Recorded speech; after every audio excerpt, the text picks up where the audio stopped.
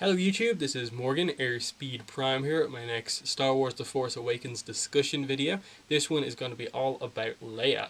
General Leia, not Princess Leia as we've known her before. And I make a specific point in the movie about she likes to be called General now, not Princess, and she's kind of very much abandoned the name Princess, doesn't like that being brought up anymore.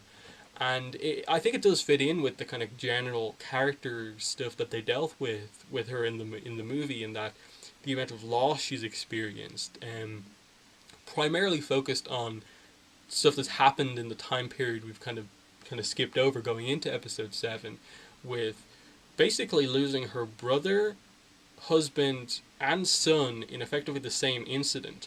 None of them dead, but all leaving her in some way because of this event. Um, Luke, because he felt he failed in not being able to keep Ben on the light side. Kylo, obviously, in falling to the dark side. And then Han, thinking Leia wouldn't want to be around him anymore in case he reminded her of him, leaving as well. Leaving a very, interesting kind of impression on Leia, just that she's experienced all this loss, and then in the past, obviously, she's experienced the loss of her planet, the planet that she is the princess of. So she's that title in many ways. I almost felt like they should have brought this up in the originals, that she kind of abandons the title in episode 5 or 6 because she's a princess of a planet that doesn't exist anymore, and her being called that would constantly just draw memories back of the fact that she's a princess, but it's a title that doesn't mean anything anymore. Um, but I suppose just the fact that, as Laura Santega says, she is royalty, though. That's an important thing, and in that sense, that would be the reason to kind of keep that alive. She's the princess of the rebellion, of the resistance in that sense, but she wants to be more considered a general because she's definitely, you can tell, got a lot more serious about things in that just her role and the way it is here, in that she's leading the resistance against the First Order, and the Resistance, they don't really address this much in the movie, but the Resistance is not supported fully by the Republic. The New Republic basically see the First Order and the Resistance in effectively the same way, that they're both these kind of splinter, kind of militia movements that can't let go of the war that just happened. That it's basically, the Rebellion Empire War continuing, um, and they just can't let go of the fact that there is a new Republican power. The Empire is not in power anymore, and they're still fighting over that. But really, what it is that Leia is aware of what the First Order are doing, and I would assume that the whole Snoke thing, getting Kylo on his side, was probably the big thing that sparks this in Leia. She perhaps had suspicions before, but him doing that and then the First Order potentially coming into power really is the thing that she's just like, what we okay, we fought in the rebellion for so long, we ended the Empire, there is a Republican power, but the Empire is not fully defeated. We can't stop now. As much as the New Republic kind of doesn't think the First Order are much of a threat, they are, and so she really heavily wants to act against that, even if she has to go kind of against the law of the galaxy and become the leader of this kind of splinter faction. Now, the prequel novel for The Force Awakens, Before the Awakening, addresses this a lot more because she actually recruits Poe Dameron, who was initially a pilot for the Republic, to the Resistance because she understands that he really wants to also see the Empire be fully defeated in the First Order. Um, and she recruits him onto her side, and then they're all aware that there are First Order sympathizers in the Senate of the New Republic.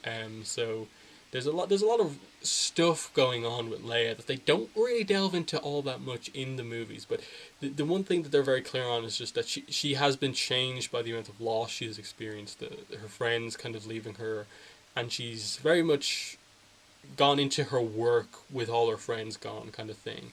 That she's become a very serious person, and the only time we in any way see any sort of a different side to her is that she seems a little bit more lively around Poe, and that this is very much in Before the Awakening, that they have this kind of pretty good relationship, that she trusts him enough to go on these really important missions that relate to her brother, getting the map from Lor San Tekka. She jokes around with him a little bit in Before the Awakening, and you can sort of see that, like, he's the only one who can really, apart from like Han, the only one who can really speak up at these kind of meetings of like what to do next for the Resistance. Him and just some of the other higher ups, even though he's just a kind of pilot commander. He's not that high up, but she seems to allow him to speak when he does say something. So, she has a lot of respect for him, and that's good. The stuff with Han, of course, is very good, and then what they do with Rey as well. And these are all important relationships for her in this movie. I think the Poe thing is more important than people think, in that going forward, where Leia's not going to have any more scenes with Han because he died, her scenes with Poe, potentially with Finn going forward, and potentially Rey and Luke, they're going to be the key relationships going forward. But I'll address what they do with Han in this film first. I really like how... I covered most of this in the Han video, but again, Carrie Fisher's performance with Harrison Ford is really well done, in that the chemistry instantly comes back, and it's similar to the originals, but different because so much time has passed. So many events have happened. She's experienced all this loss. She's become a more serious person. But Han, there is still that kind of, love, kind of romance there, that she still gets, very frustrated by him, and he's one of the only people who can do that to her.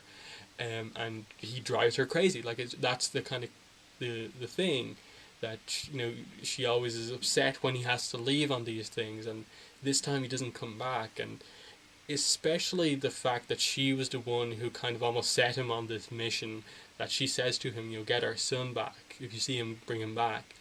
That I think they may do something with her feeling a bit guilty for feeling like she potentially was the one who got Han killed, in kind of telling him to do that for her. And that maybe if she hadn't said that, he wouldn't have confronted Kylo in the way he did, and he would have survived this mission. But that obviously didn't happen, so she must be feeling something about that. You can see how hard it hits her in the Force when she finds out about the death, and especially like when Rey comes back and Rey is very upset about what's happened. Just the fact that she's there to comfort Rey, because she could see how close Rey had gotten to Han, and she'd obviously learned a little bit. She got it explained to her who Rey was, kind of her parents, waiting for her parents and stuff like that. So she knows that this is a girl who hasn't had a father figure, and now Han has come on the scene, and she kind of sees him like that. And potentially she can see a little bit of Han in her as well, but also a lot of Luke because of the Force sensitiveness. And again, just the fact that she lets Rey, she doesn't go to find Luke herself, even though that would make a lot of sense. She's actually perfectly fine with just Rey being the one to go and kind of get Luke, and she has hope that she could be the one to change things with Luke, and that Luke would have potentially issues and wouldn't feel like he's failed, like Han, Leia, and Ben. But Rey is this new character who Luke probably doesn't really know about. Maybe he sensed her awakening as well through the Force, but he doesn't know who she is. And maybe she will mark a change in Luke that brings him back on board. And she has hope.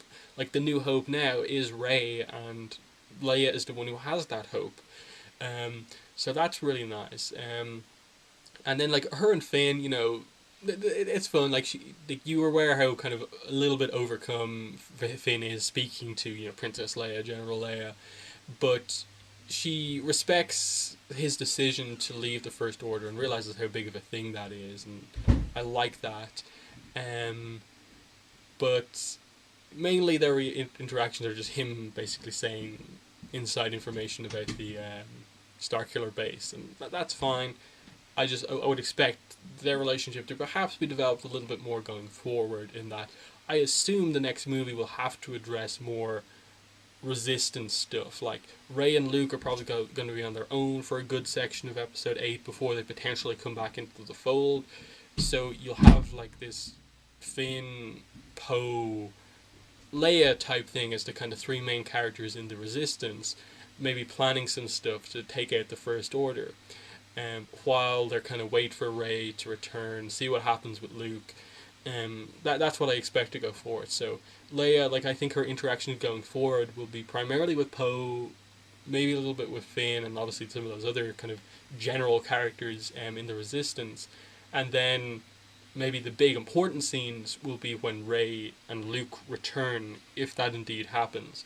Because I think there's some big stuff with Luke to happen with regards to her potentially, saying, "I don't blame you, Luke, for what happened. I'm just glad that you're back now," that sort of thing, and then maybe further develop the kind of motherly like relationship that Leia kind of has started with Rey, given that she kind of saw Han as her father figure. So that's definitely interesting. Like, so overall, like, really, really interesting character we have here. They've done a lot with her just in terms of the position that she's been put in now compared to where she was at the end of Episode 6. In that, again, she's experienced a lot of loss. As I said at the start, there was that one event that led to just people leaving her, but now her husband is dead. Her son has even further kind of turned to the dark side in her mind in killing Han, though she isn't aware of the fact that Kylo's actually really conflicted about what he did. So, like, will he think that he needs to kill Leia to kind of finish that and complete his turn to the dark side? Or will he not want to do that in case he gets weaker or something? So there's that, and then she's also witnessed the destruction of even more planets, with the Hosnian system being destroyed and the main planet where the New Republic is, Hosnian Prime, gone. So she's experienced the loss of Alderaan, her husband, the Hosnian system. Her brother is now hopefully coming back. Rey is a beacon of light, hope in the galaxy, and the Republic have dealt a really big blow against the Resistance have dealt a really big blow against the First Order now. So they're kind of in control, of the battle so far, given that there's now a kind of void, a vacuum of power in the galaxy, and that I think we're meant to believe that the Hosnian system being blown up effectively erases the Republic from the story almost. That everyone of importance to the Republic was kind of destroyed there. So it's kind of back to First Order versus Resistance, Rebellion versus Empire again for control of the galaxy. So the battle becomes more important going forward. They have a slight advantage. If they can get Luke back, that can change things. Snoke is aware that Luke would change things if he comes back on the light side. Leia is aware as well. There's some really important stuff coming up, and I think Leia could be important to this. I think she still will probably maintain a sort of more general role, like she has been, like commander role here going forward, in that I don't really see her going out on any active missions. I think she will leave that to Finn and Poe. She'll command them to do that, and she will remain back in control of the Resistance, organizing things on the whole. Maybe they'll do something kind of action-wise with Leia, but I don't think they will. I think they'll keep her back, and that'll be a nice role for her to have. I think she definitely will be important in the next movies, just with regards to the return of Luke and some of the interactions that have to happen with her. I think the death of Han will be continued, in that it'll be something that will be on Leia's mind, on Rey's mind going forward, and so I think it'll be very important. So that's about all I have to say here. It's hard to predict really what they're going to exactly do with her, just because Episode 7 doesn't directly set up any obvious, like, this is the next conflict that's going to happen between the two factions. It's just that, like, the war is going to continue. Is it going to be now more like the Clone Wars, in that taking over certain planets to gain control over certain parts of space? We don't really know. So there's not a whole lot to speculate on what exactly Leia's role is going to be, but there are some key emotional things they're going to touch on for sure. So that's basically the end of the video. Next up, I'm going to do my video on Snoke, Supreme Leader Snoke of the First Order. It's mainly going to be a theory video, but I will cover obviously his appearances in the actual movie itself and all those theories as well. So that should be a fun video up next. And then I'll probably start getting into some of the newer characters like Poe, Finn, Rey and Kylo, and then do some of the more other topics afterwards. So that's the schedule. That's been the video on Leia. In the comments, let me know what your thoughts were on her role in the movie and where she's going to go going forward. Other than that, thanks for watching, and bye.